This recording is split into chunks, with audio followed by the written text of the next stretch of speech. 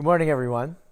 This is Rabbi Joshua Hoffman at Valley Beth Shalom Synagogue, greeting you here on Facebook Live with a few minutes of coffee and inspiration or Kavanah that we hope brings you into this weekend with uplift and with a sense of good cheer and a sense of positivity and purpose. I wanted to acknowledge that you might be surprised. You were looking for Rabbi Avi Taft this morning, and Rabbi Avi Taft is doing what he does so very well, which is celebrating with the children of the Valley Beth Shalom Day School, as they are going to be celebrating what they call Spirit Day, which is a long-standing tradition of our day school, in which the children go out actually into the fields and they do all kinds of sports and activities, which is really reflective of the time period. And while they can't do that in person and in a park today, but they can definitely do it virtually. So the sixth grade children have organized a wonderful morning of activities, all kinds of ways for everybody to connect. And Rabbi Taff is going to be one of the leaders of that. And that is just an exciting way for us to celebrate in a community as we're going into this Memorial Day weekend as well. Last thing, just to bring us all up to speed, welcome. We're glad that you're here joining us. Is that on Shabbat we have lots of great things happening, including Friday night tonight. We have Shabbat services at 5 p.m. and tomorrow morning we have the Shabbat services of our Shabbat morning, and we're also welcoming the veterans. We'll be doing a special recognition and celebration of the veterans in our lives from any of the wars that have been fought, and those who are still surviving to be honored. We recognize them on this Memorial Day weekend. And as well, there'll be all kinds of other ways to connect and to celebrate learning and worship and activity and growth with the Valley Beth Shalom family. So we welcome you to participate in all of those. So this morning, wanted to talk to you a little bit about something that had sort of come up from last night. Last night, I had the privilege of teaching a class for our community called Soul Mastery, and we picked up on the subject when we're talking about mastering the soul, or not only identifying and connecting with what we qualify as our soul, but also helping it to grow and really focusing on its capacity and making that capacity grow in the world, as that seems to be something very important as us as human beings, and something that we have a tremendous gift to be able to share with others and to share with the world, and that makes our humanity unique. So in the morning we also pray, and frequently we pray about this quality of truth, emet. And truth, or emet, is something that is kind of like bifurcated in its understanding. So truth is also, there we go. Truth is also, it's a beautiful sunny Southern California day. Truth is bifurcated in two elements of truth. One is what we call factual truth, right? This is the stuff of science that we discover that, minerals and enzymes and organisms exist. And we study that the stars and the cosmos have properties, and there's physics, and there's mathematics, and there's all kinds of things that are truth. And that's factual truth, and that's important to discover and learn. And there are elements of factual truth that are not yet discovered, which makes our quest even more exciting and dynamic. Pardon me. And then there's this element of practical truth. Practical truth. Practical truth is a little bit different than factual truth. Practical truth is more like interpretive. And the idea that there is a truth that exists primarily between people. There's one thing for us to be able to share facts and to understand that we have a common understanding about the way the world is, or the way that the world works. Practical truth is much different. Part of it is perception. Some of it is that the truth that I hold may be different than the truth that you hold. And how do we mediate between the two? How is it that we can share a truth and understanding about the world? Maybe that's like opinions and personalities, and it's about sensitivities and vulnerabilities.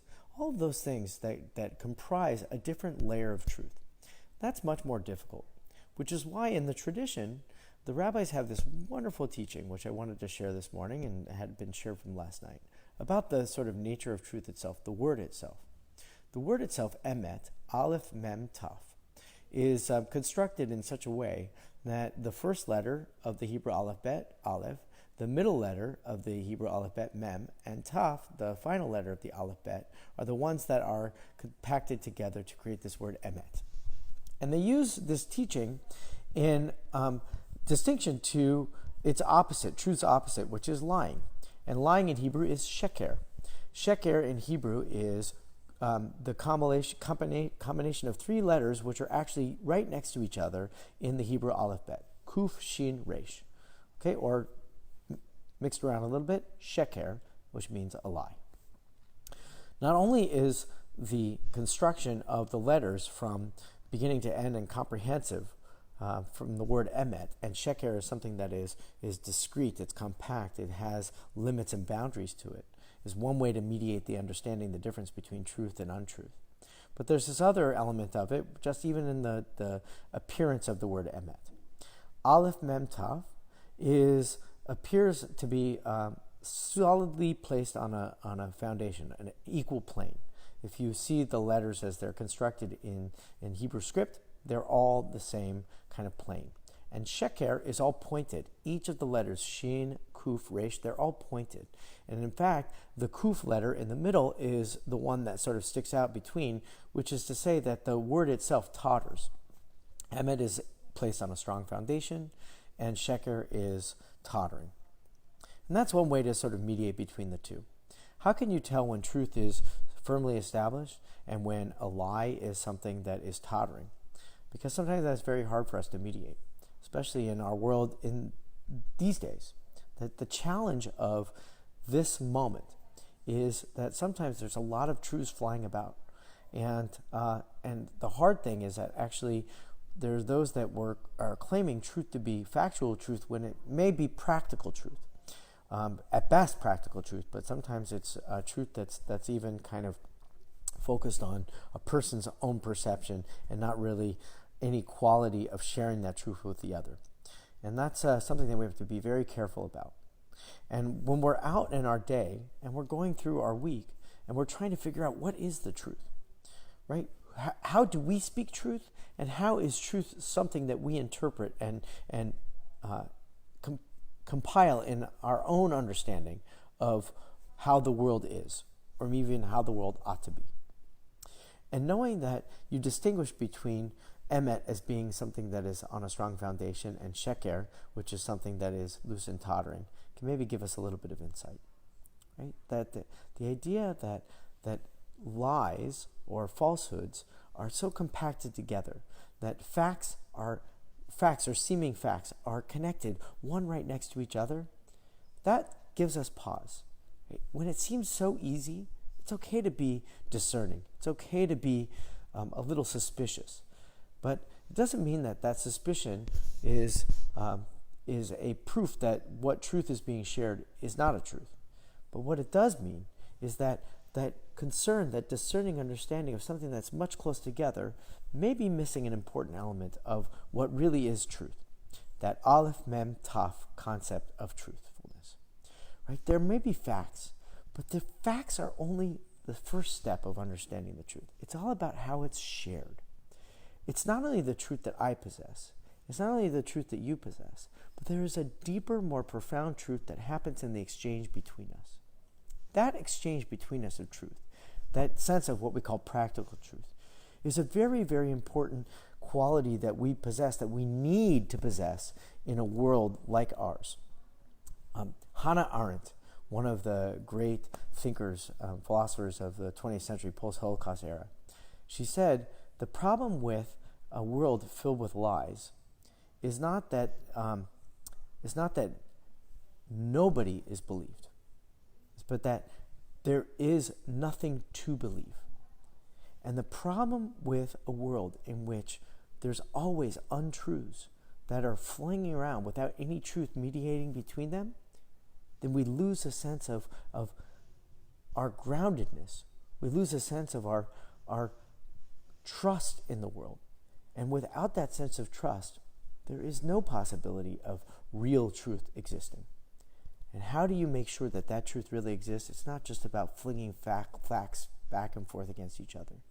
but it's actually mediating between the two of us with a certain quality and a certain understanding, a sensitivity and a vulnerability, a recognition that truth might not always be easy to hear, but it might also not be something that cannot be shared. You must be able to share it. That kind of truthful thinking is what I think we need to be focusing on. I think we need to think about how we speak is not only just about telling everybody what the truth is, and sometimes we're very good at that. No, this is the way that it ought to be done because I know it to be true. If that's the kind of posture that you've ever taken at any point in time in your life, these are the words for you. Or if you're a person who hears somebody always telling you what's right, and you're kind of like scratching your head and you're saying it might be true, but it doesn't feel right, then that's also a breakdown in the trust that we're talking about that truth can really create. So the work of building truth into the world is relational. It's connection. It's about you being able to express the right truth at the right time in a way for a person to hear it in the right way. And similarly, you have to be a person that is capable of accepting truth in the right place at the right time. And I hope that as this day unfolds, that's something that you work on a little bit. What does it take for you to be open to hear truth in a way that's more possible than you just hearing facts kind of scrolling through or you see facts scrolling on your screen, or you hear facts on the radio, right? What does it take for you to be a person that internalizes it and kind of like makes sense out of it? You know that to be true.